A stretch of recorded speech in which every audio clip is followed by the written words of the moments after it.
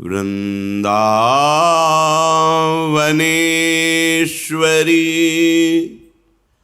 तवैव पदारविन्दं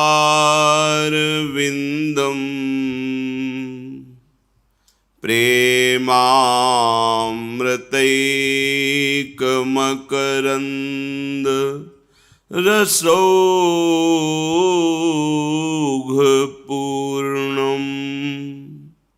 हृद्यर्पितं मधुपते स्मरतापमुग्रं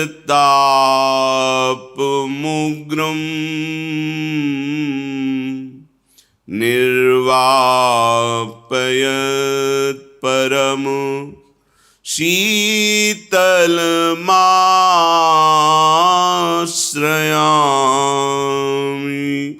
निर्वापयत्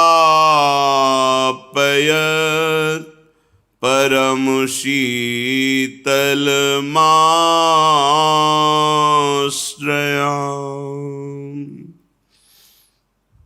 राधा राधा राधा राधा राधा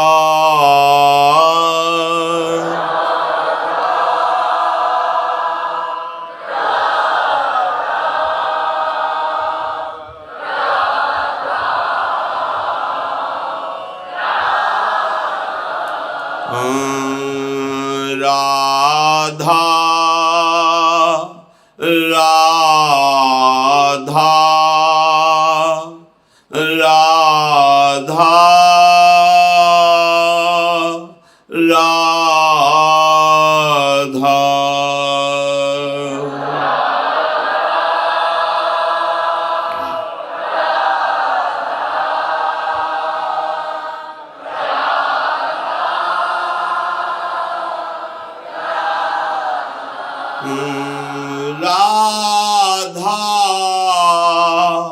राधा राधा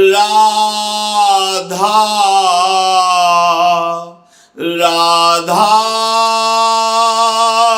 राधा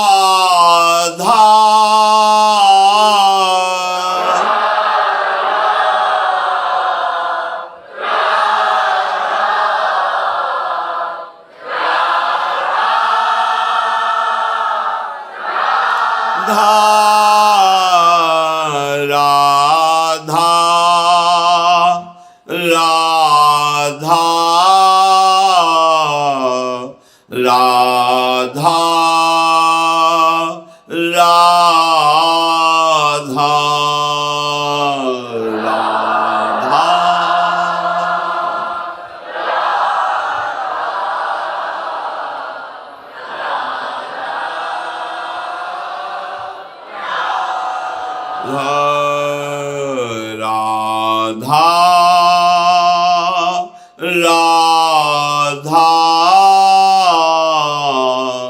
राधा राधा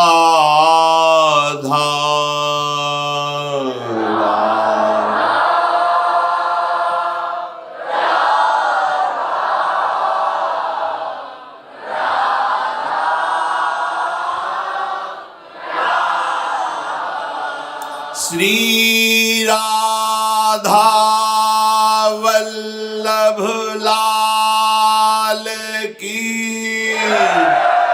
जय।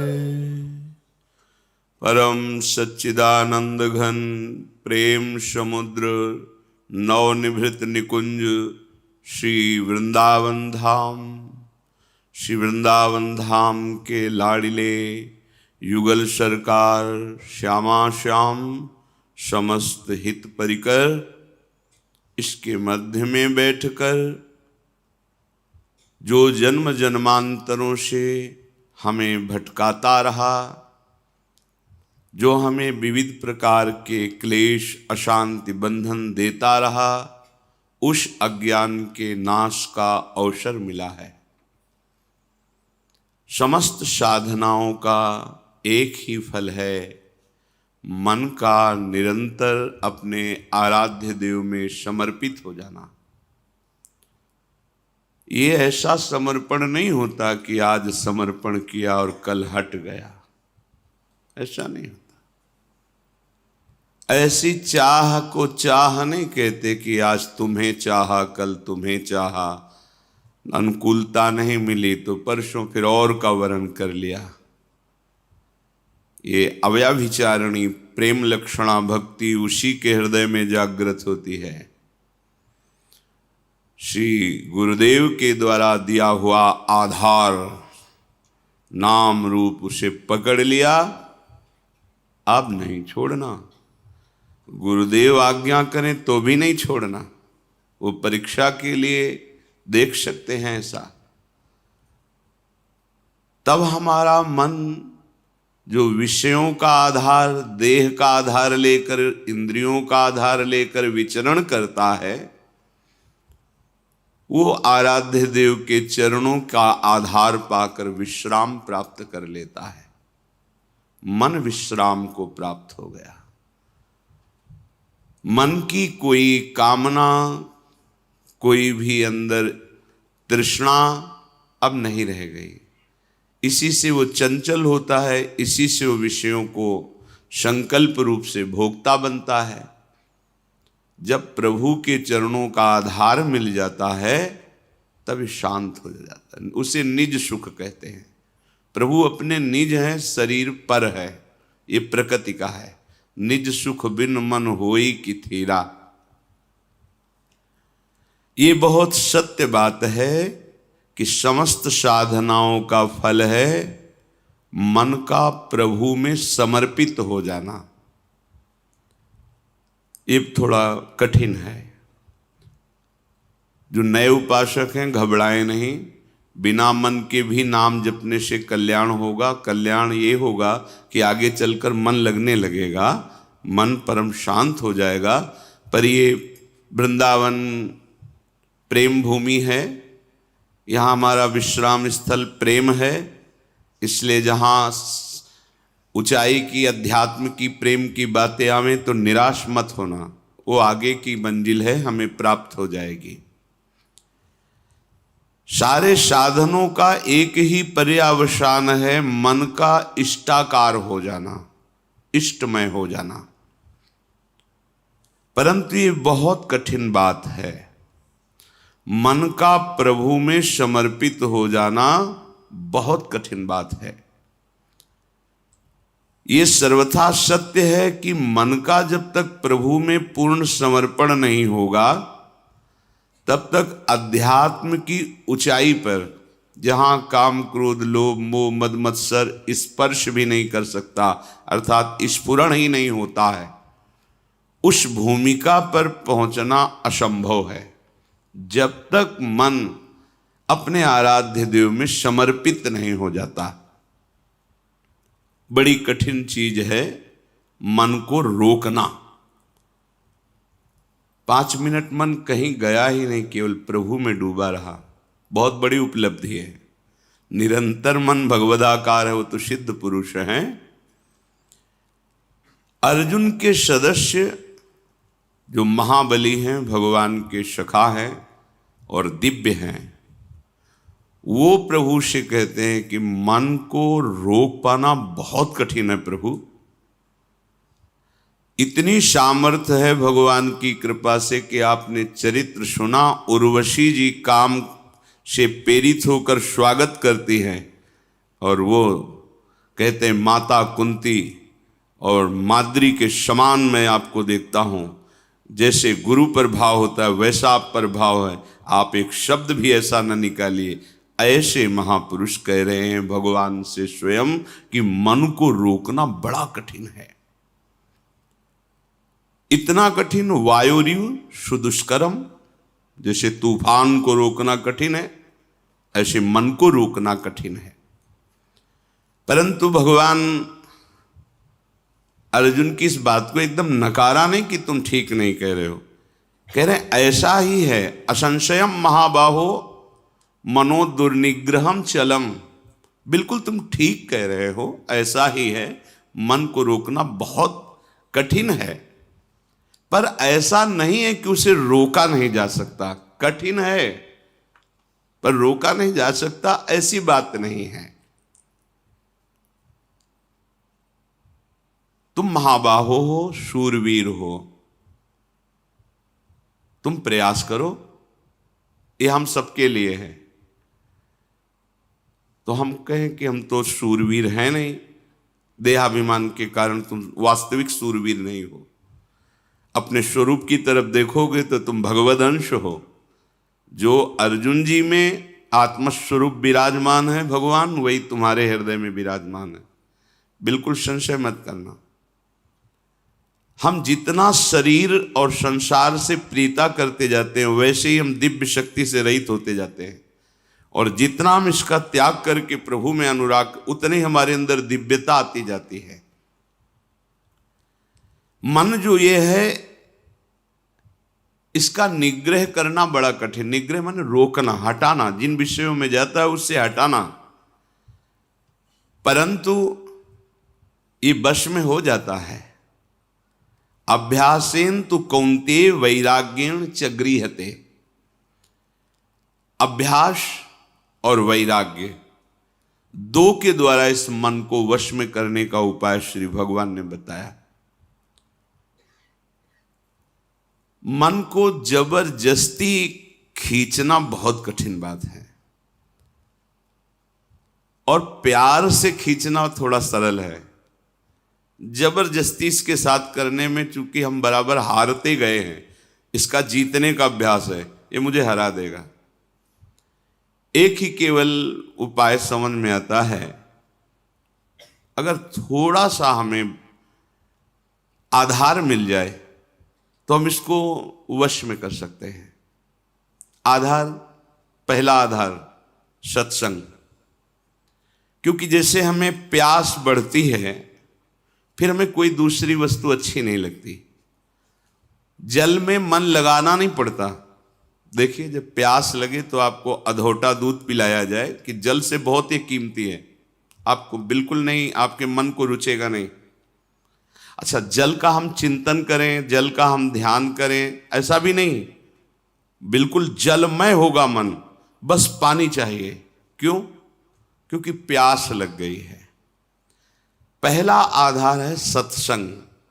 हम देखते हैं कि जो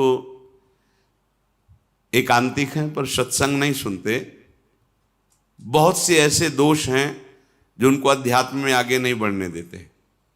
देखा है, बहुत से ऐसी जिनको समझ नहीं पा रहे, उनकी वो कमियां हैं जो उनको अध्यात्म की ऊंचाई पर नहीं चढ़ने दे रही, और वो अहम के कारण सत्संग का सेवन नहीं करते।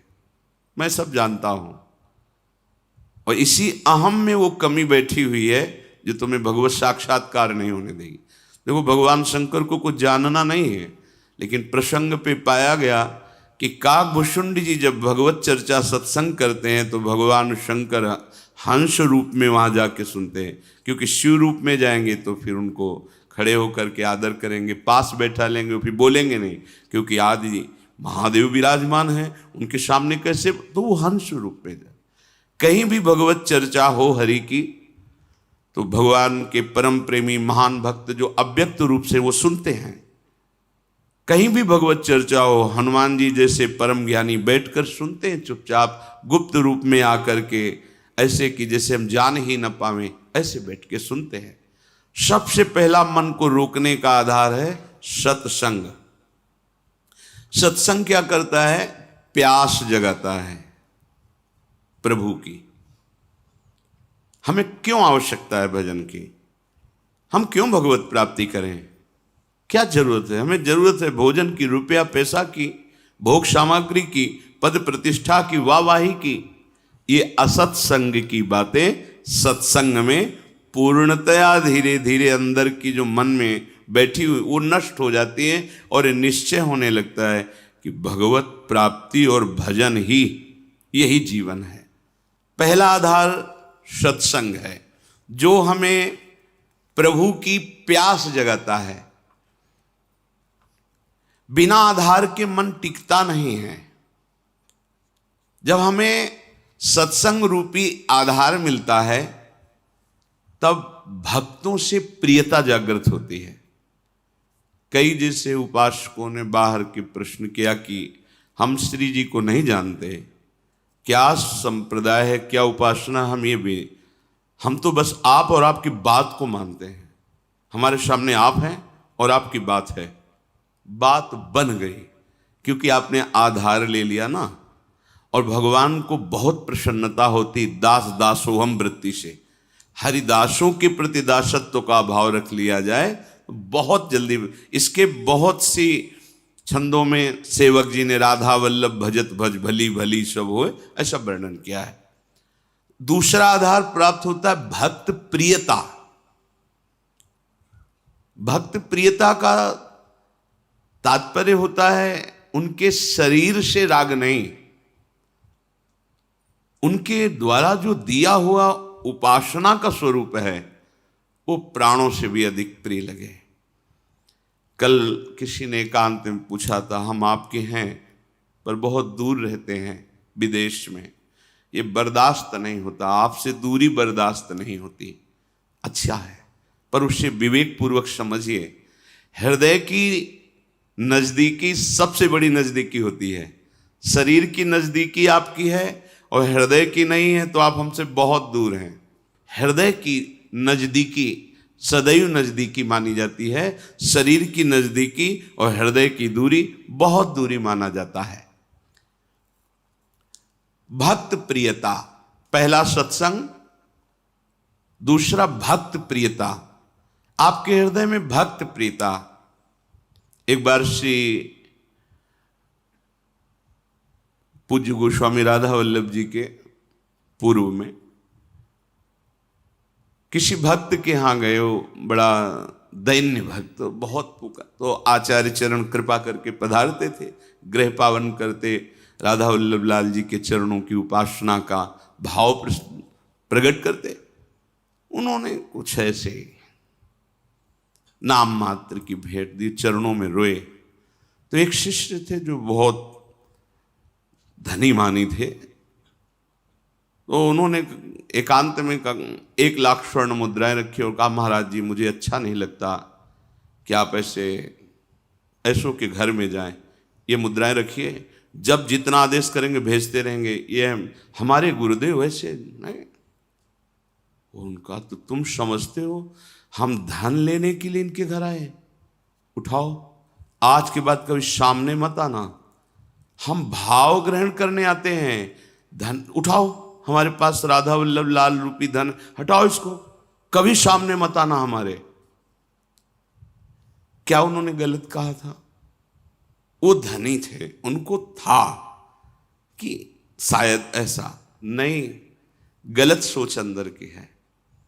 गुरुदेव आपकी वस्तु है, आप कृपा करके स्वीकार कीजिए, ये तो चलता है, लेकिन आप उसके यहां नहीं जाइए। और ये तो दासता हो गई ना, तुम स्वामी हो गए ना आज्ञा करने वाले, धन के बल से ये अभिमान झलका ना, निकलो यहां से, तुरंत निकलो।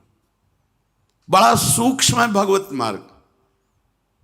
नाहरमल जी महाराज देखा कि अपने पीताम्बर में सूखी लकड़ियां आचार्य चरण स्वयं बीन करके वृंदावन की लताओं से प्यारी जू के लिए रसोई अमनिया करते हैं। देववंश से आए हुए थे राजघराने के।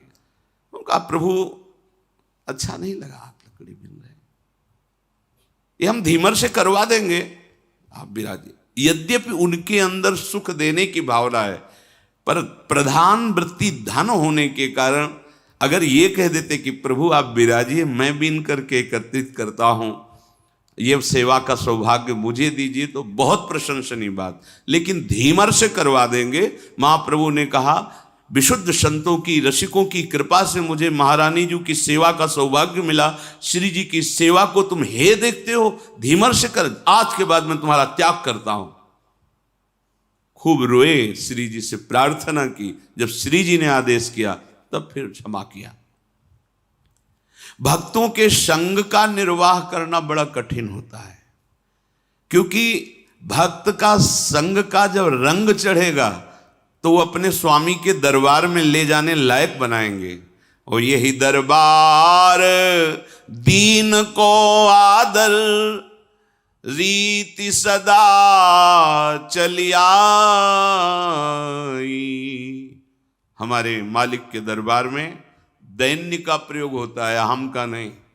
दीनता, जेहि दीन पियारे वेद पुकारे, द्रवहु सुश्री भगवान। जिनको दीन प्यारे हैं तो संत जन क्या करते हैं? तुम्हारे अंदर के अहंकार को नष्ट करते हैं। अब जब अहंकार पर चोट पड़ी तो जैसे सांप की पूंछ पे पैर रख जाए तो फन, ऐसे अहंकार उड़ता है। तो हम दूसरी जगह देख लेंगे, और जहां वो दूसरी जगह खड़ा दिखाई दिया, गया मार्ग गया। अब नहीं, सब जगह से भाग करके एक ही उपाय है, महारानी की शरणागति। सब जगह से खुला मार्ग है, लेकिन इनकी शरणागति की पुष्टता रसिकों से। अगर कहीं पंक्ति से बिलग हो गए तो अब कहीं के नहीं रहोगे, क्योंकि आधार अब मन का आपका अहंकार होगा। वो अहंकार आपको नष्ट कर देगा, किसी काम का नहीं रखेगा। किसी ने पूछा था हमसे, धनी थे, कि हमारी वृत्ति रही है बहुत दान देने की, हम क्या करें? क्योंकि उसके कारण बहुत लोगों का सानिध्य रहता है। वह उसको उठा के यमुना जी में फेंक दो, जितने से तुम्हारी नमक रोटी चले उतना रख लो। देने लायक तुम मत रहो, क्योंकि ये देने की तुम्हारी अहंकार वृत्ति सतमार्ग से तुम्हें विचलित कर देगी, भगवत मार्ग से विचलित कर देगी। नहीं माना। भगवत प्रेमी महात्माओं का संग करने के लिए दैन्यता चाहिए, और दैन्यता भी ऐसी कि देने की स्मृति भी ना रहे। देने की स्मृति भी न रहे, मैंने कुछ दिया है, और एहसान माने कि मेरी मानी हुई मान्यता को इन्होंने स्वीकार कर लिया। अहो भाग्य, जिसे मैं ढो रहा था उसको इन्होंने मिटा दिया। जब भक्त संग होता है, इसके बाद उसको प्रेम का आधार मिलता है। क्या? नाम में प्रीति, रूप में प्रीति, लीला में प्रीति, प्रभु की सेवा में प्रीति। अब जैसे उसे ये आधार मिला तो फिर मन लगाना नहीं पड़ता, स्मरण प्रारंभ हो जाता है। पर आधार आपका एक एक कदम सुदृढ़ होना चाहिए, फिसलना नहीं चाहिए। जो तुम्हारे अनुकूल बर्ताव करे सदैव, तो आप निश्चित समझ लेना आपका दरबार में प्रवेश नहीं होगा। बात समझ लो हृदय से, आपका कल्याण नहीं होगा, क्योंकि जगत में यही तुम्हें मिलता रहा है, उसी से तुम्हारा मलिन अहंकार पुष्ट हुआ है। अब उसके नष्ट होने का अवसर मिला है, क्योंकि भक्त संग मिला है।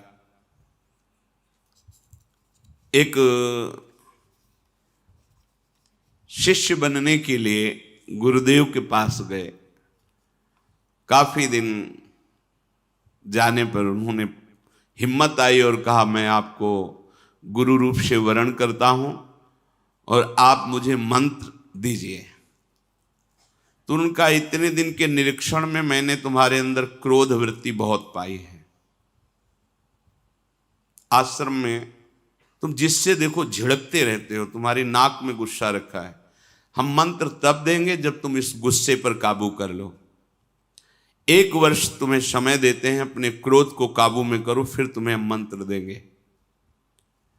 1 वर्ष तक तुम्हें कोई भी सताए, तुम्हें गुस्सा नहीं करना जी।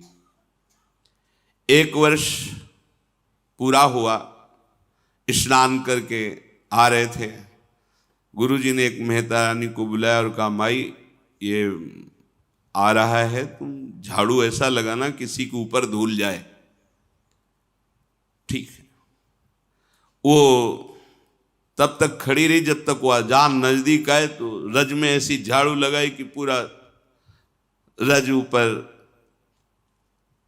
एकदम, तुझे दिखाई नहीं दे रहा मैं नहा के आ रहा हूं। और ऐसा बहुत बिगड़े। वो हाथ जोड़ के महाराज क्षमा करो, हमें पता नहीं था कि आप आ रहे हो, हमारा काम ही है सोहनी लगाना, ऐसा।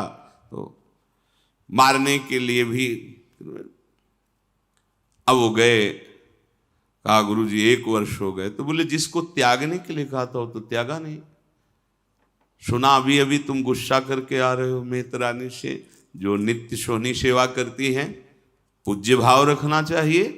तुमने उन पर क्रोध किया और सुना कि तुमने ऐसे भी मारा नहीं, पर हाथ तुम्हारा उठ गया, अभी नहीं, जाइए 1 वर्ष और अभ्यास कीजिए।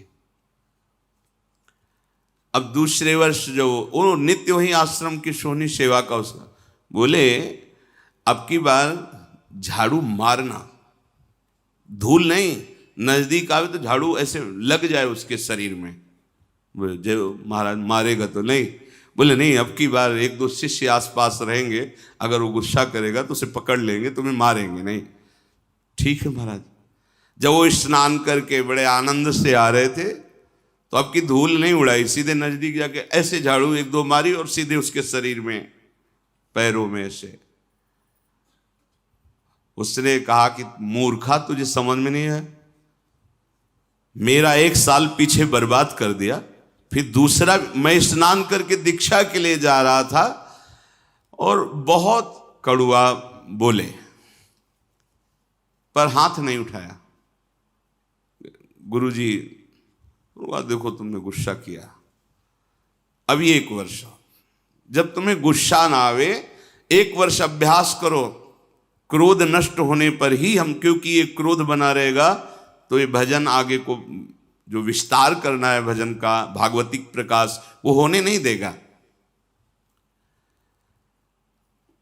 अब सोचो जो अपने लोग परमार्थ में काम क्रोध लोभ आदि की वृत्तियों को ही नहीं देख रहे, मनमानी आचरण कर रहे, कैसे भगवत बोध होगा।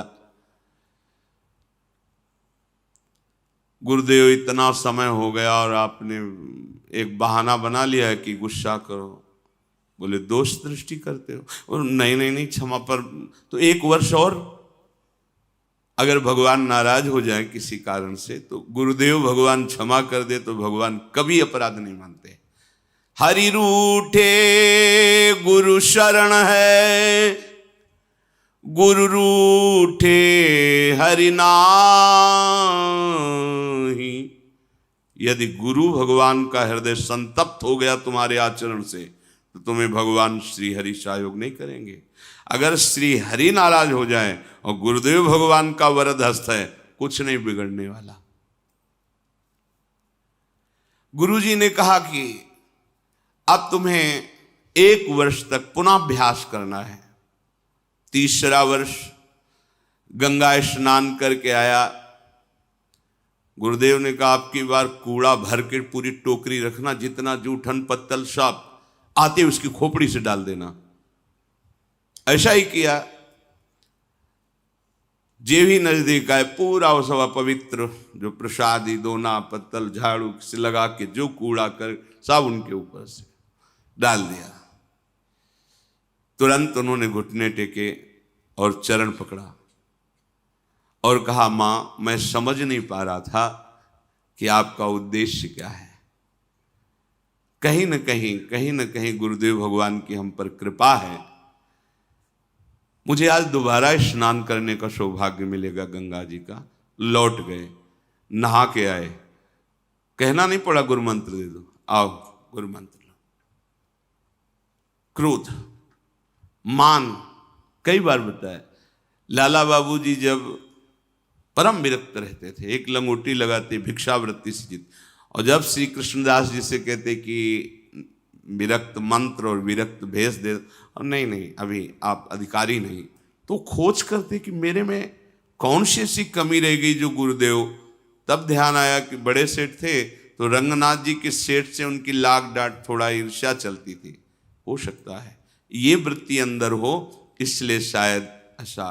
तो भिक्षुकों की लाइन में सुबह वहाँ खिचड़ी आदि रंगनाथ जी वो भिक्षुकों की लाइन में खड़े हो गए। किसी ने जाकर बताया कि लाला बाबू भिक्षुक बन करके खड़े, वो सेठ जी सुंदर सुंदर भोग सामग्री और अमूल्य वस्तुएं और कहा सेठ जी आप लाइन में क्यों खड़े। एकदम ईर्ष्या जो अंदर थी वो सब पानी पानी हो गई। और उनका आप आइए। ऐसा नहीं, बोले हम तो भिक्षुक हैं, बस एक मुट्ठी खिचड़ी या चावल दे दीजिए। और वापस जा ही रहे थे कि रास्ते में गुरुदेव मिल गए और कहा आज तुम्हें विरक्त मंत्र और विरक्त वेश देने की इच्छा हो गई। बड़ा सूक्ष्म भगवत मार्ग।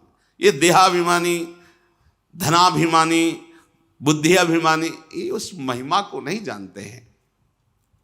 तो जब हमको किसी भक्त का संग मिले तो समझना कि मन का आधार मिल गया है। हमने प्रभु को नहीं देखा, लेकिन प्रभु स्वरूप गुरुदेव को देख रहे हैं। हम प्रभु से तो बात नहीं की, पर अपने गुरुदेव से बात कर रहे हैं। प्रभु की आज्ञा को तो हम नहीं समझ पाए, क्योंकि गीता, भागवत, वेद सब भगवान की आज्ञा है, पर हम गुरुदेव की आज्ञा पर चलते हैं। तो इनकी कृपा से ज्यादा प्रयास नहीं करना पड़ेगा, मन स्वाभाविक लगने लगेगा। साधन का उपदेश उसी के ऊपर रंग लाता है जो उनकी आज्ञा के अनुसार चलते। सुनते तो सब हैं, ध्यान रखना, रंग उसी के ऊपर। एक एक शब्द बहुत कीमती होता है। जब संत महात्मा बोलते तुम उसे ऐसा मत समझना कि इनका नशा है बोलना। एक एक शब्द बस पकड़ लो, ये परमार्थ है। एक एक शब्द पर ध्यान दो। अगर तुम उसे उपहास में ले लोगे तो कहते ही रहते, तो माया घसीट के वहां खड़ा कर देगी। अब ना पीछे के रह गए, जो मंत्र जपते थे वो नहीं चलेगा, क्योंकि तुमने दूसरा मंत्र ले लिया। और जहां मंत्र लिया वहां अपराध बन गया, अवज्ञा बन गया। अब ये भी नहीं चलेगा। वो होगा क्या? विषय चिंतन और लोक रिझावा। खत्म, परमार्थ खत्म। अध्यात्म यहां प्रकाशित होता है। गुरु आज्ञा से चलो, आपको मार्ग अंदर दिखाई देगा, शुद्ध दिव्य मार्ग। ये मार्ग चल रहे हैं। यदि आज्ञा का पालन नहीं किया तो एक शब्द याद रखो, तुम्हारा स्खलन हो जाएगा। स्खलन होता है गिर जाना, तुम पतित हो जाओगे, गिर जाओगे।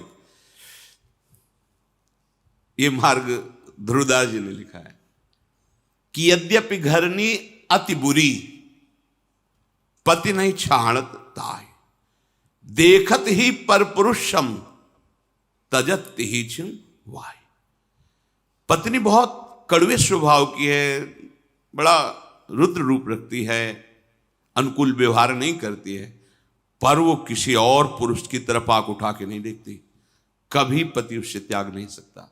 लेकिन बहुत मधुर व्यवहार करती है, बहुत मृदु मीठा बोलती है, सामने आने पर बड़ा सम्मान करती है, लेकिन पीछे आचरण उसके पर पुरुष से जिस दिन उसको पता चलेगा, उसी दिन उसके हृदय से बात खत्म हो जाएगी कि ये मेरी बात। बस ऐसे ही हमारे गोपाल जी की, हमारे प्रभु की रीति है।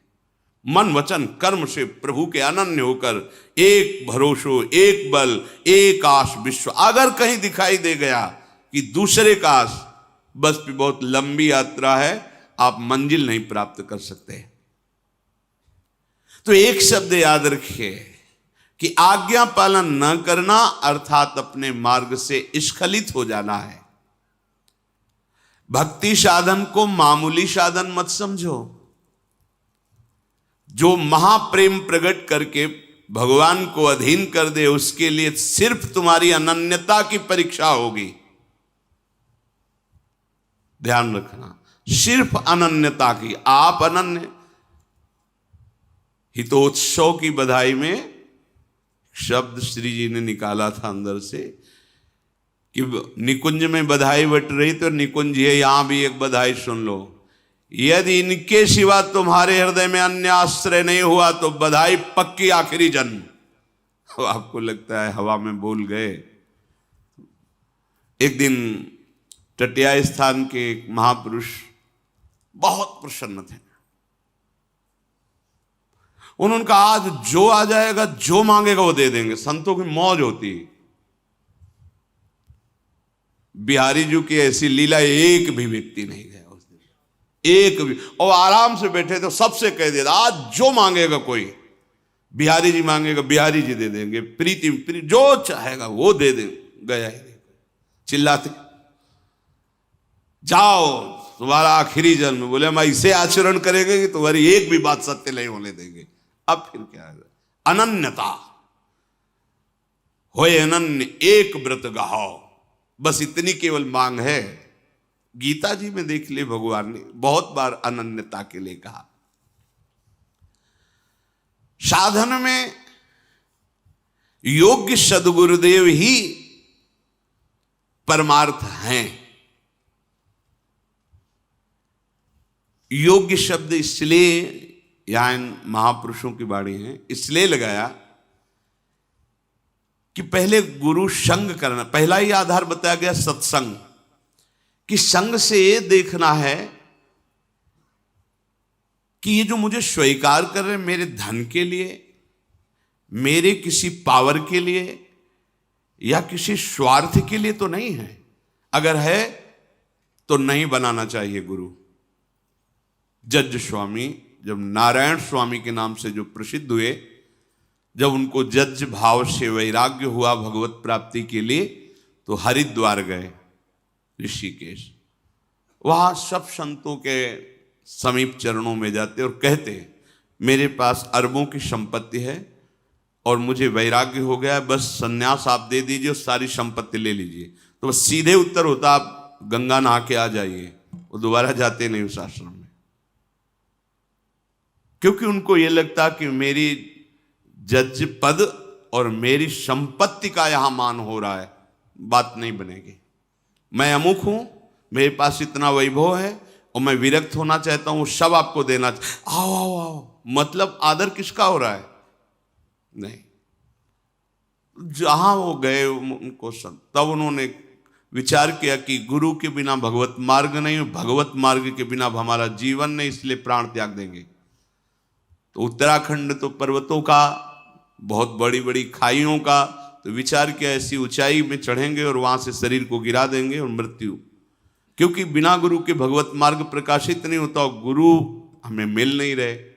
जो ही चढ़ाई पर चढ़कर गिरने की सोचा, पीछे से किसी ने पकड़ लिया। ऐसे पीछे मुड़ के देखा, एक संत खड़े थे। गुरु चाहिए, नारायण नारायण नारायण, तत्काल अंतर्धान हो गए। जीवन भर बस नारायण नारायण नारायण। तो भाई जी के समीप जब गीता वाटिका में गए थे तो नाम महिमा दिखाने के कोई चमत्कार नहीं, वो एक ऐसे नली रखे, कहीं भी रख दो, यहां रख दो, कान में लगाओ तो यहां नस जैसे धक धक ऐसे होती, ऐसे नारायण नारायण नारायण नारायण। काशी में एक माई थी जो सन्यास मार्ग की पथिक थी, और प्रणो ओम ओम ओम, तो जैसे तिलक बहुत काल तक लगाओ फिर धुलो तो वहां सफेद चिन्ह बन जाता है, ऐसे उसके पूरे ऐसे शरीर में ऊर्ध्वभाग में प्रणो लिखा हुआ था। लिखा हुआ नहीं, ऐसे स्वाभाविक ऐसे उसके त्वचा में दिखाई देता था।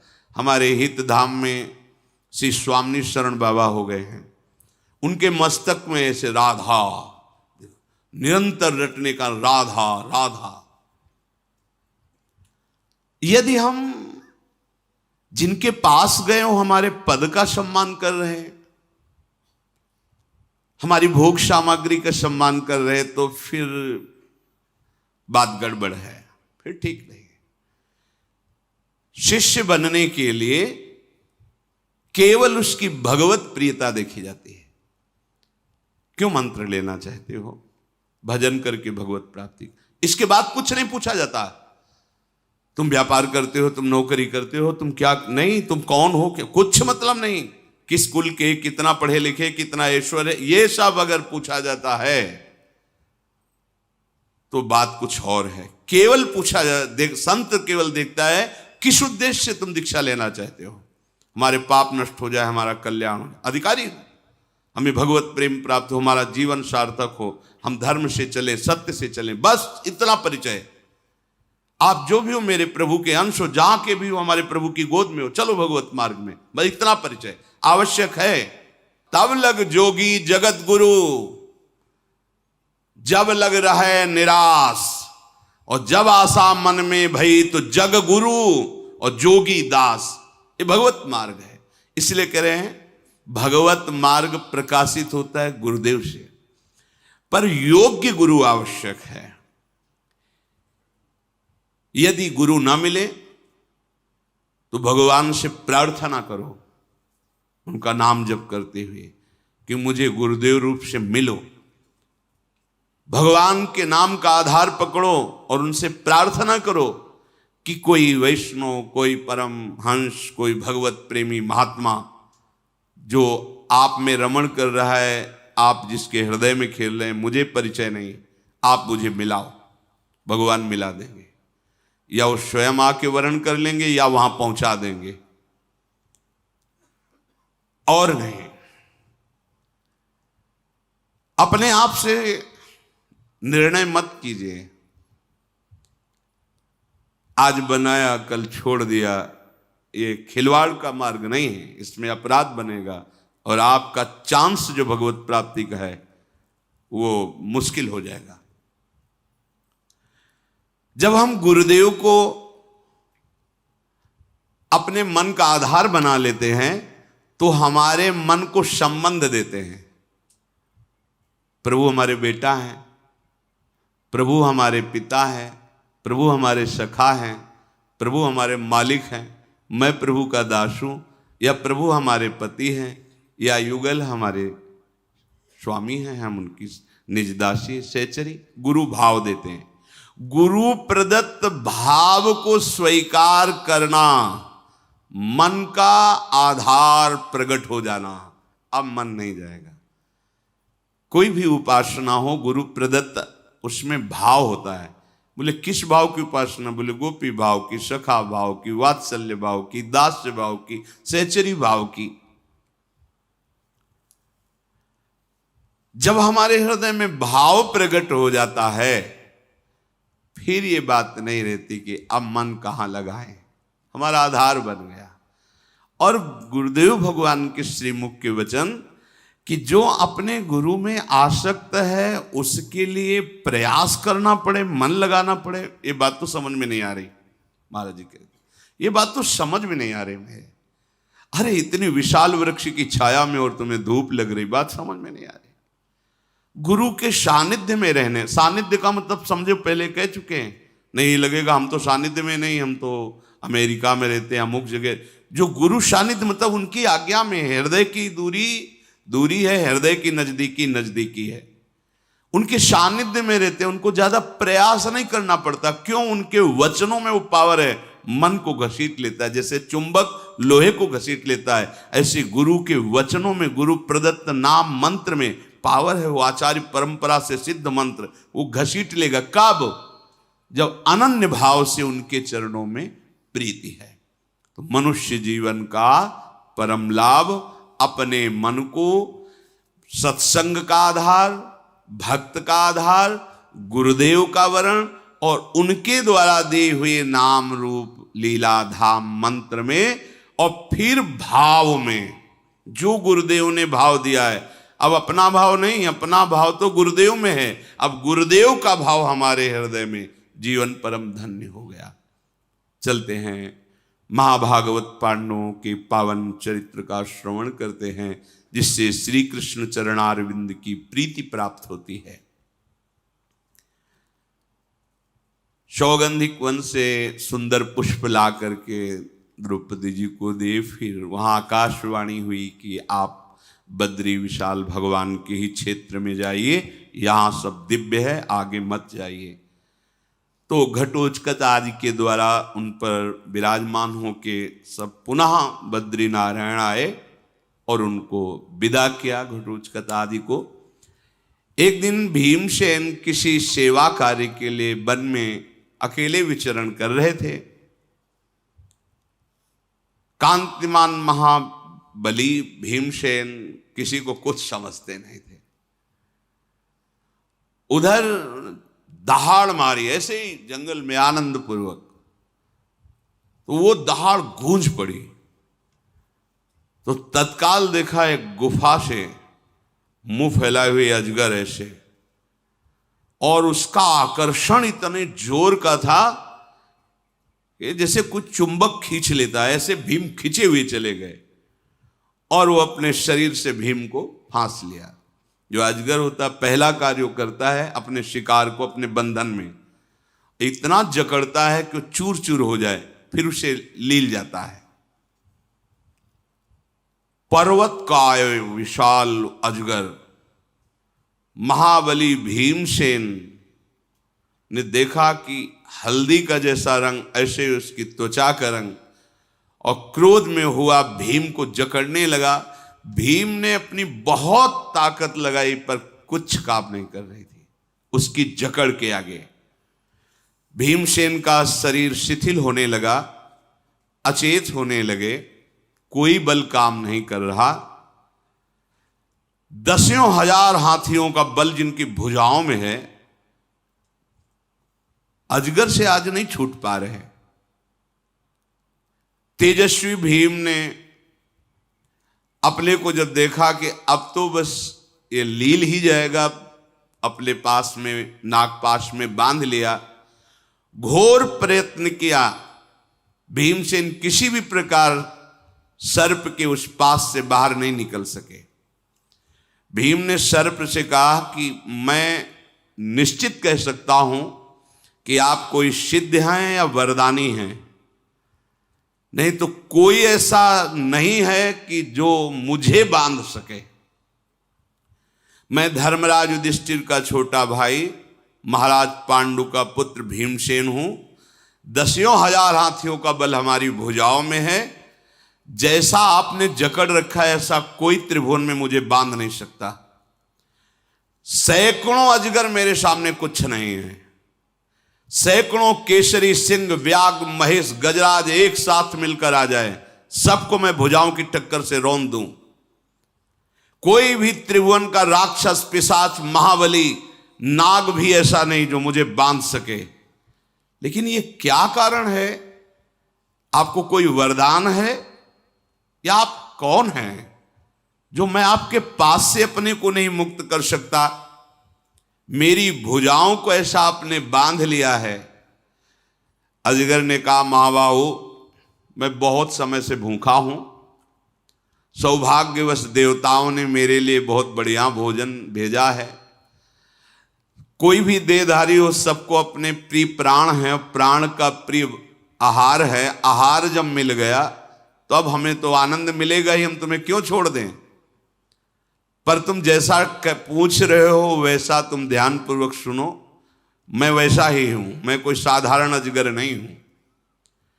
मैं मनीषी ब्रह्म ऋषियों का अपराध करने के कारण अजगर बना हुआ हूं। मैं देवराज इंद्र के पद से सीधे अजगर योनि में आया हूं। देवराज इंद्र के पद से मैं तुम्हारा पूर्वज नहुष हूं, महाराज नहुष। तुमने सुना होगा, जब अपने वंश की कीर्ति सुनोगे तो तुम्हें सुना होगा नाम। मैं नहुष हूं, तुम्हारे पूर्वजों का पूर्वज हूं।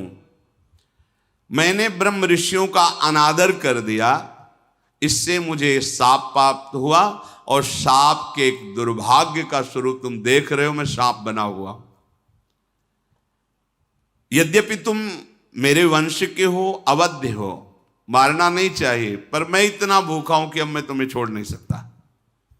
मैं आहार बनाऊंगा क्योंकि मुझे अपने प्राण पोषण करने हैं। मुझे वरदान है कि दिन के छठे भाग में कोई सामने आ जाए, वो मेरे सामने से निकल नहीं पाएगा। मेरी जकड़ में जो आ गया वो कोई छूट नहीं पाएगा। ये ऋषियों ने दया करके मुझे वरदान दिया था। तुम वरदान के कारण ही निष्फल हो गए हो। मैं इंद्र के सिंहासन पर विराजमान हुआ, पर मुझे अभिमान हो गया।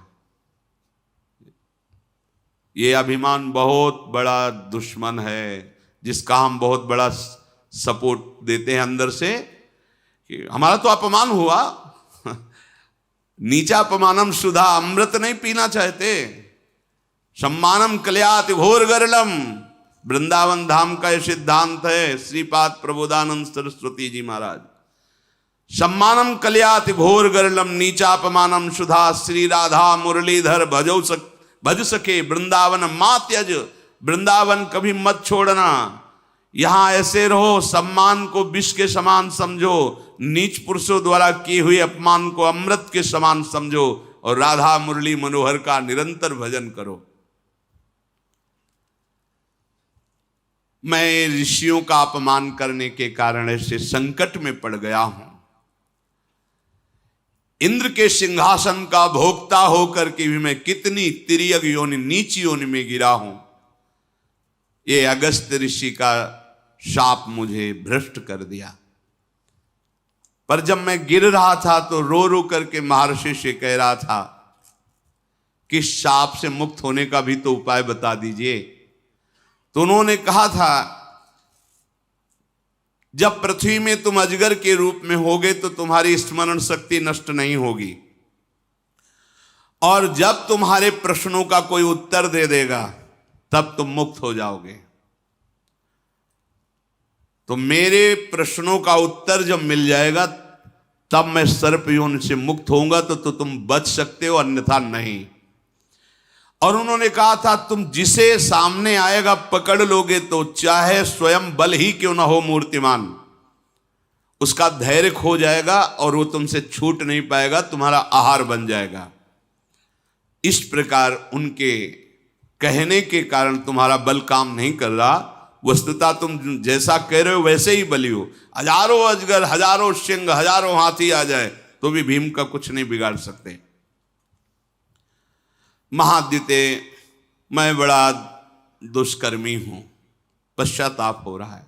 देवराज इंद्र के पद पर बैठ करके मैंने इन ब्रह्म ऋषियों से पालकी जुतवाई। ऊपर वो बैठे, पालकी में ब्रह्म ऋषि। ये अभिमान कुछ भी करवा लेता है, बहुत होश में। हम देखते हैं सूक्ष्मता से कि जैसे धन के बल से मुनीम रखा जाता है, धन के बल से नौकर रखा जाता है, ऐसे धनाभिमानी जन विरक्त साधुओं को भी समझते हैं। जब ये पता चले कि मैंने जीवन में जो कमाया, जो कुछ हुआ, उसका तो यहां कोई महत्व ही नहीं है, तब तो हमारी साधुता। अगर हमें नाम का बल नहीं, अपने आराध्य देव का बल नहीं है, तो वेश रखने से मतलब क्या रहा। अगर सम्मान है धन का, कभी कभी जानबूझ करके ऐसा व्यवहार करना पड़ता है जिससे तुम्हारे अभिमान का नाश हो। पर यदि तुम परमार्थ के पथिक नहीं हो तो ठहरोगे नहीं, भागना पड़ेगा। अगर कहीं भी किसी का आदर है तो उसके अंदर भक्ति बढ़े, श्रद्धा बढ़े, जिससे वो हजारों का सहयोग कर सके। किसी के ऐसे नहीं कि तुम नहीं। अगर ऐसा हो तो अपने जीवन को धिक्कारना चाहिए। हमारा जीवन कहां आ गया, इसके लिए हम भगवत मार्ग में नहीं। हमारा उद्देश्य है भगवत प्रेम, भगवत प्राप्ति। हाँ, उस उद्देश्य की पूर्ति के लिए जितना भी हमें, आप हमारे सर पर पैर रखकर चलो, स्वीकार है, लेकिन प्रियाजू की तरफ, संसार की तरफ नहीं, फिर नहीं, फिर नहीं। मैं इंद्रासन का सुख भोग कर इतना अभिमानी बन गया कि ब्रह्म ऋषियों को पालकी में जुतवा दिया। एक बार लाडली कुंज में थे, तो जिनकी लाडली कुंज थी उनके निज परिकर के आए, बड़े पद में थे। तो एक गुरु भाई थे, तो उनसे, ए बाबा जरा पानी लाना। पूज्य महाराज जी अंदर बैठे थे, बाहर निकल आए। कौन बोला? जी। हमने कहा क्या बोला? ए बाबा पानी लाना। तुरंत निकलो, तुरंत कुटिया से बाहर निकलो। साधु संत करवावई सेवा, जिनके ही आचरण भवानी ते निश्चर सम जानो प्राण। आज्ञा कर रहे हो तुम। तुम्हें प्यास लगी थी तो तुम दैन्यता से बोल सकते थे, बाबा क्या जल मिलेगा क्या? तो तुम आए हो, ठीक है, आज्ञा, निकलो बाहर, कभी यहां मत आना, चलो यहां से बाहर। गुरुजनों को भी देखा है, महापुरुषों को देखा नहीं। ये ध्यान रखो, ऐसा जीवन मत बना लो। हम प्रेम भिक्षुक हैं, धन भिक्षुक नहीं, मान भिक्षुक नहीं। आचार्यों ने आदेश किया, उदर पोषण के लिए भूख लगेगो मांग खाऊंगो गिनो न साग। आद्य गुरु भगवान शंकराचार्य जी कर भिक्षान्नम औषधम, भिक्षा के द्वारा सेवित। वो मांगना केवल भिक्षान। 5 मिनट, 10 मिनट, आधा घंटा के लिए भिखारी और हर समय के लिए 23.5 घंटा के लिए बादशाहों का बादशाह। साधु का मतलब आधा घंटा के लिए भिक्षुक, केवल वो भी नियमानुसार, दरवाजे के बाहर राधे श्याम, मिला तो मिला, नहीं तो उपवास। आधा घंटा भिक्षुक और 23.5 घंटा बादशाह का बादशाह, जाहे न चाहे कबों कछु। एक संत से पूछा कि आपको भिक्षा मिली? नहीं तो क्या पाया? वो पाया क्या? भूख को पा रहे। ये भगवत मार्ग है। शरीर पोषण प्रारब्ध और ईश्वर के आधार पर चलता है। यथा लाभ संतोष सदा काहू सो कछु न चाहोगो।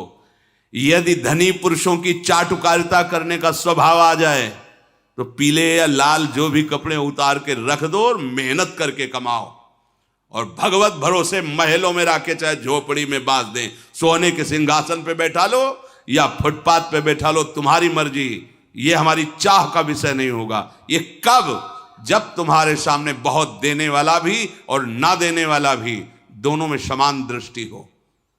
अगर उसका आदर और उसका अनादर, तो इसका मतलब उसके धन का आदर हो रहा है। ये कभी जीवन में नहीं होना चाहिए। नहीं तो देवराज इंद्र के सिंहासन से सीधा प्रमोशन हो रहा है। कहां? अजगर योनि में। ये मत समझ लो कि बात बहुत ध्यान से समझने का विषय है। तुम मेरी पकड़ में आ गए हो, अब तुम छूटने वाले नहीं। यद्यपि मैं जानता हूं तुम हमारे वंशज हो, नहीं खाना चाहिए, पर मैं बहुत भूखा हूं। मैं अपने शरीर के रक्षा के लिए तुम्हें खाऊंगा। दैव ने मुझे अकारण आपको भोजन रूप में दिया है। भीम ने कहा, मुझे मृत्यु का शोक नहीं, पर शोक यह है कि अगर मैं मरा तो मेरे भाई इतने निराश हो जाएंगे कि फिर वो पुनः राजगद्दी में बैठने की सोचेंगे भी नहीं। और अगर धर्मराज युधिष्ठिर जैसा राजा ना हुआ तो प्रजा जीवित नहीं रहेगी। मेरी मृत्यु सुनकर के मेरे भाई सब उद्योग रहित हो जाएंगे। अर्थात जो आज हम ठान रहे हैं कि हस्तिनापुर का राज्य धर्मराज युधिष्ठिर प्राप्त करें, वो नहीं हो पाएगा। भुजंगम, मेरे शरीर छोड़ते ही मेरी माता प्राण छोड़ देगी, क्योंकि वो केवल जी ही इसीलिए रही कि मेरे पुत्र इतना कष्ट पा रहे हैं, पर अपने बाहुबल से एक दिन सिंहासन पर बैठेंगे। भीमसेन ऐसा कह ही रहे थे कि सर्प ने उनकी केवल 2 भुजाएं छोड़ी और जकड़ और मजबूत कर दी। उनको बहुत पीड़ा होने लगी भीम को। इतने में युधिष्ठिर जी की बाईं आंख फड़की और उनको लगा कोई अनिष्ट हो गया। युधिष्ठिर जी के महान हृदय में घबराहट पैदा हुई। यह धर्म का लक्षण होता है। द्रौपदी से पूछा, भीम कहाँ है? तो उनका ऐसे ही, वो तो वन विहार के लिए निकल गए थे। धौम्याचार्य को तुरंत आगे किया तो भीम के पैर अलग ही दिखाई दे रहे थे। जहां जहां पड़ते थे वहां भूमि धस जाती थी। उनके चरण चिन्हों के आधार पर ब्राह्मणों को आगे करके युधिष्ठिर जी चले। पद चिन्ह देखते देखते आगे बढ़े।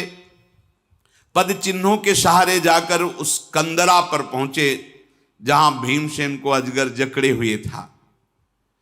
चेष्टा शून्य भीम हो रहे थे, केवल श्वास चल रही थी।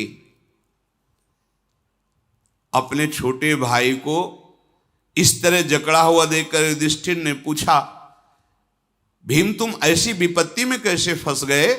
ये पर्वताकार सर्प कौन है और कौन ऐसा बलवान है जिसकी पकड़ से तुम छूट नहीं सकते?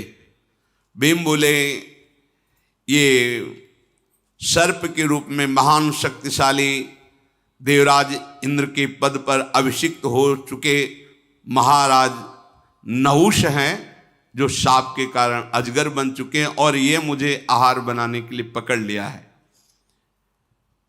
युधिष्ठिर जी ने हाथ जोड़ा और कहा, महाराज आप जानते हैं हमारे आप पूर्वज हैं, आप मेरे भाई को छोड़ दें, मैं आपकी भूख मिटाने के लिए जो कहेंगे वो आपको दूंगा। सर्प बोला, राजन ये आहार मुझे दैव ने दिया है, तुम्हें यहां नहीं ठहरना चाहिए, नहीं जाओ, तुम भी मेरे आहार बन जाओगे। समय आने वाला है, दिन का 6वां भाग जो मेरे सामने आ जाएगा मेरा आहार बन जाएगा।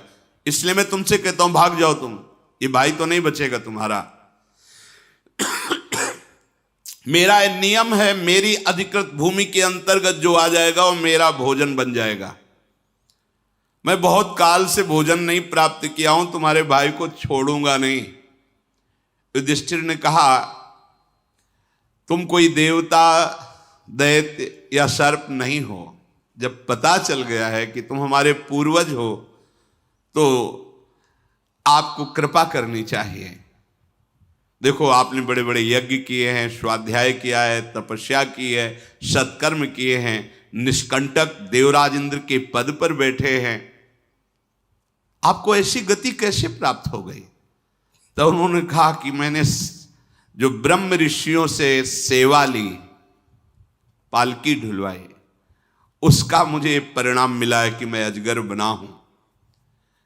मैं ऐसी अवस्था में पहुंच गया हूं। युधिष्ठिर ने कहा कि तुम्हारी इच्छा क्या है? तो उनका मैं इस योनि से तभी छूट सकता हूं, मेरे प्रश्नों का उत्तर तुम दे दो, मैं भीमसेन को छोड़ दूंगा क्योंकि मैं सर्प योनि से मुक्त हो जाऊंगा। युधिष्ठिर जी ने कहा तुम इच्छानुसार प्रश्न कर सकते हो, तुम्हारी बात का धर्मयुक्त उत्तर होगा। मैं हर चेष्टा से तुम्हें प्रसन्न करूंगा और तुम्हारा जो लोक लोकांतर ढक गया है उसको प्रकाशित करूंगा।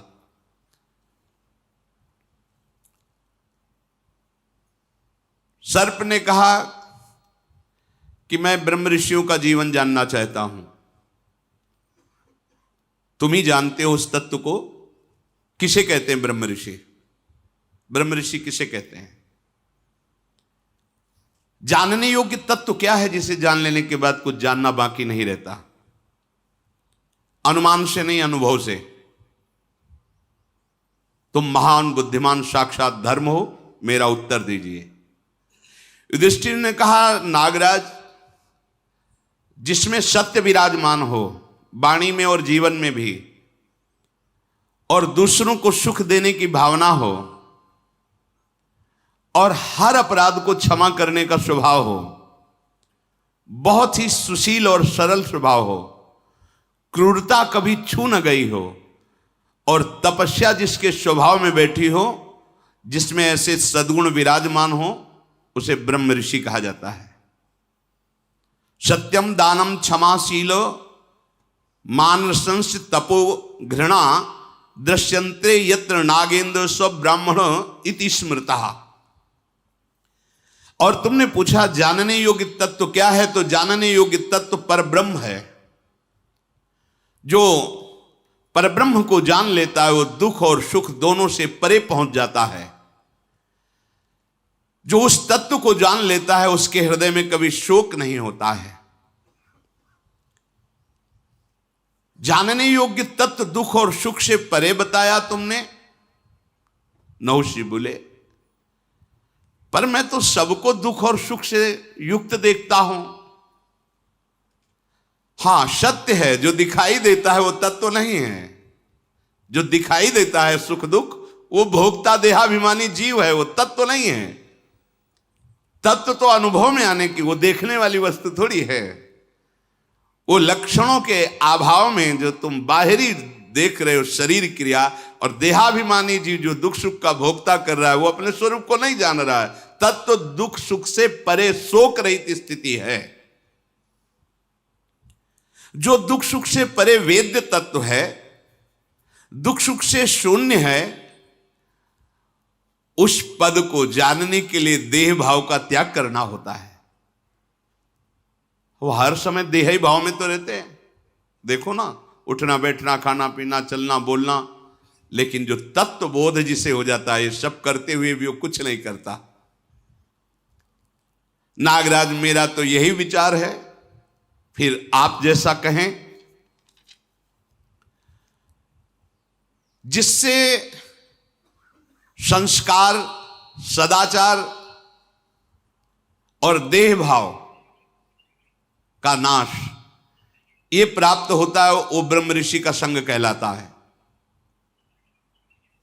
संस्कार, भागवती, सदाचार, इंद्रियों का संयम और देह भाव का नाश अर्थात आत्मस्वरूप में स्थिति, ये किसके संग से, किस साधन से? बोले ब्रह्म ऋषियों के संग से, भगवत प्रेमी महात्माओं के संग से। फिर शरप ने कहा कि मैं तुम्हारी बात अच्छी तरह से समझ रहा हूं, तुम ठीक से धर्म को जानने वाले हो। तुम्हारे भीमसेन को अभी तो मैं नहीं खा रहा, पर जानने योग्य बात का और विस्तार से वर्णन करो। तो युधिष्ठिर जी ने कहा, वेद वेदांगों के पारगामी विद्वान जिस आचरण को प्रमाणित करते हैं वही आचरण करना चाहिए, मनमानी नहीं। हम वेदों को नहीं जानते, शास्त्रों में क्या लिखा है इतना पढ़े नहीं सब। तो जो संत गुरुदेव बोल रहे हैं वो सार है, उसको पकड़ो, उसके अनुसार चलो। वेद रूपी जंगल में तुम भटक जाओगे, नहीं जान पाओगे रास्ता क्या है। ऐसा समझो जैसे मेडिकल स्टोर है, तुम परेशान हो सर दर्द से, तो अब तुम दवाई जानते नहीं हो, अब कोई ऐसी दवा खा ली जिसमें तुम्हें परेशानी हो, तो डॉक्टर के साथ मेडिकल स्टोर अर्थात उनकी लिखी हुई दवा के साथ, तो फिर वहां से जो औषधि मिलेगी वो काम करेगी। ये शास्त्र हैं, वेद हैं, पूरे मेडिकल स्टोर, हर रोग की औषधि है। सदगुरु हैं, डॉक्टर, वैद्य, वो जो तुम्हें दे रहे हैं उसे पालो। अब ये मत कहो कि उस शीशी में लाल लाल बहुत मीठा लग रहा होगा, वो वाली देव दवा, ये नहीं, ये दवा है।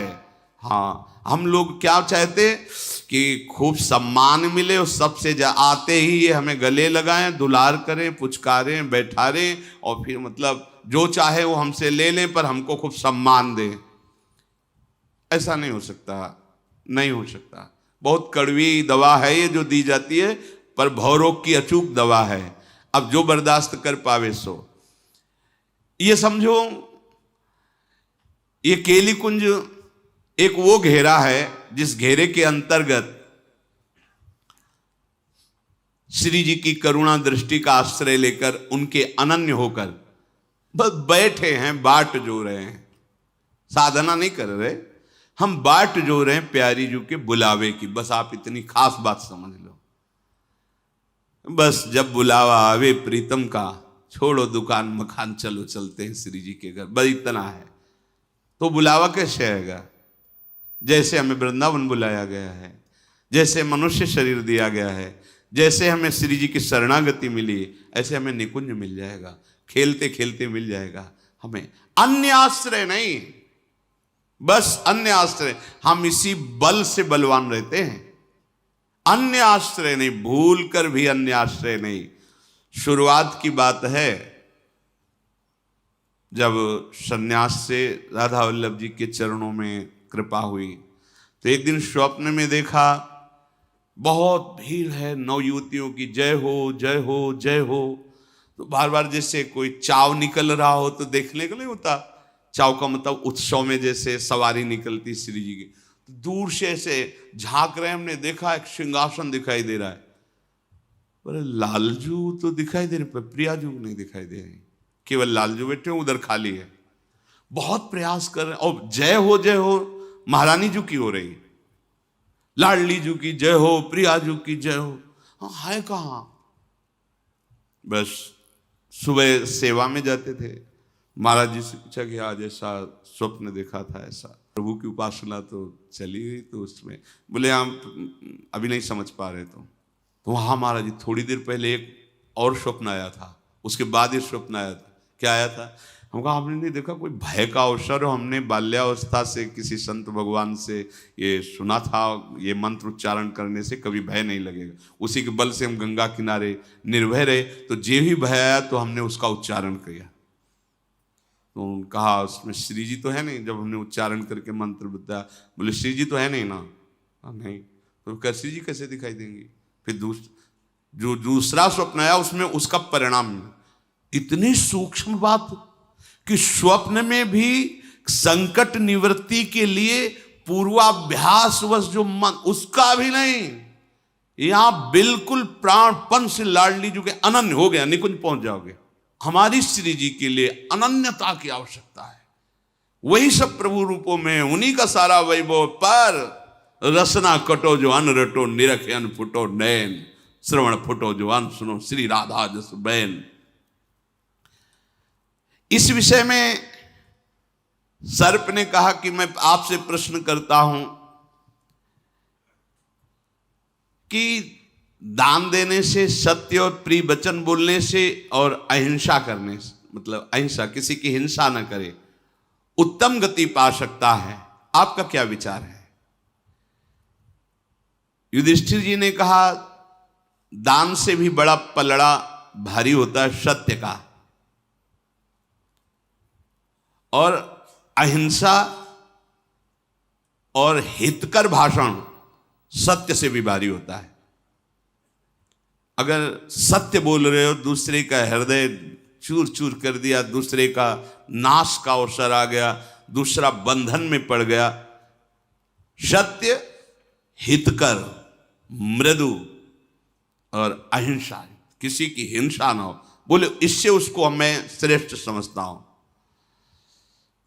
महाराज, दान, सत्य, तत्व, अहिंसा और प्रिय भाषण, इनकी गुरुता और लघुता कार्य की महत्ता के अनुसार देखी जाती है। आपका क्या विचार है? युधिष्ठिर जी ने कहा, उत्तम लोकों की प्राप्ति करने के लिए अगर देहाभिमान रहित होकर के दान किया जाए तो उत्तम गति की प्राप्ति होती है। ये आई बात निकल। दान कैसा? कहते हैं ना कि गांव की भाषा में कहते, दाहिना हाथ दे तो बायां हाथ भी न जाने। और यहां पहले से पोस्टर लिखवा के से टांग दिए जाते हैं कि इतने ब्राह्मणों का भोजन, इतने का फूल बंगला, इतने का ये, इतना का ये, और हमारा फोन नंबर और पूरा गांव का पता और बाप का और बाबा का भी नाम पूरा ऐसे। अगर एक पंखा भी तो पंखुड़ी में पूरा जिला और नगर और पूरा सब। ये दान थोड़ी होता है। देखो, दान कौन सा उत्तम है, कोई जान नहीं पाया। तो दियम वस्तु गोविंदम, तो इससे लाभ मिलता है। दान ऐसा कि कोई जान न पावे। और आगे वर्णन है इसी में, जिसने कभी तुम्हारी कोई सेवा ना की हो, जिससे कभी कुछ सेवा लेने का भाव ना, प्रत्युपकार, क्यों हाथ भी जोड़े गए। दान ऐसी जगह, नेकी कर दरिया में डाल, दोबारा तुम्हारी स्मृति में नहीं आना चाहिए। अब यहां अगर हम 10 को भी भोजन पवा के जाएंगे तो वहां अपने गांव में बैठ के 50 के गए थे वृंदावन, सैकड़ों साधुओं को पवाया, 10 की व्यवस्था की है, सैकड़ों संत। अरे संत फिर वाह वाह कर रहे थे और कह रहे थे कब आओगे ना तुम? तो अब हम तो ठान लिया जब जाएंगे ना, मतलब वाह वाही ऐसा, हमें पता है, हमने ऐसा ऐसा, सब गया, सब गया। ये सुकृत जो शब्द है तभी लागू होता है कि कोई जान न पावे और प्रभु की वस्तु प्रभु को दे रहे हैं, ये तदीयम वस्तु। तो ये दान आपको उत्तम लोकों की प्राप्ति कराएगा। शेष चर्चा आगे। श्री राधा वल्लभ लाल की जय।